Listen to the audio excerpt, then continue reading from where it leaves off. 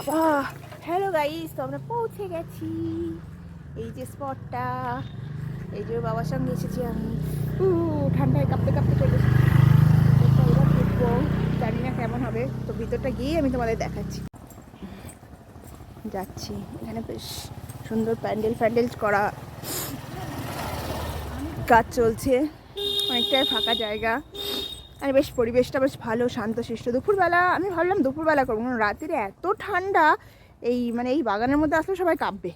তো আমি দুপুরবেলায় অ্যারেঞ্জ করব, ওর বার্থডে পার্টিটাও একটু দৌড়াদৌড়ি করবে, ওর ভালো লাগবে।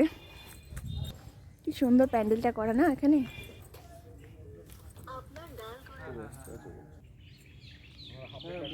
ওখানে আসলাম। হ্যাঁ হ্যাঁ, আছো আছো।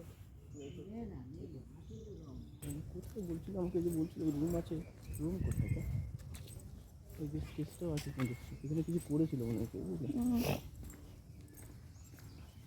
তো আমরা যাচ্ছি, জায়গাটা বেশ কি সুন্দর পরিবেশ, এই পার্কটা রয়েছে, গোছানোর কাজ চলছে।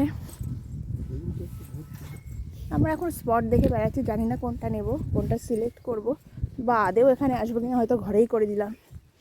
তো দেখে তো নিই, দেখি ভালো লাগে কিনা। আর এত বড় তো, আমার এত লোক আবার হবেও না, তো সেটা নিয়ে ভাবছি যে এত বড় লাগবে কিনা স্পেসটা আমার।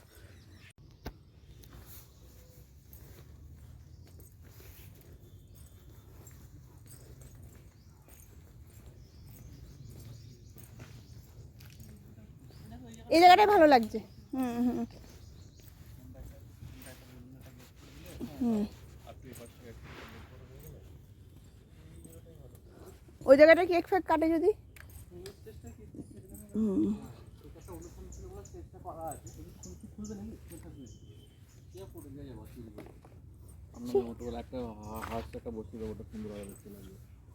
বড় কিছু করতে হবে না, ওর উপরে শুধু জাস্ট কেকটা কাটবে,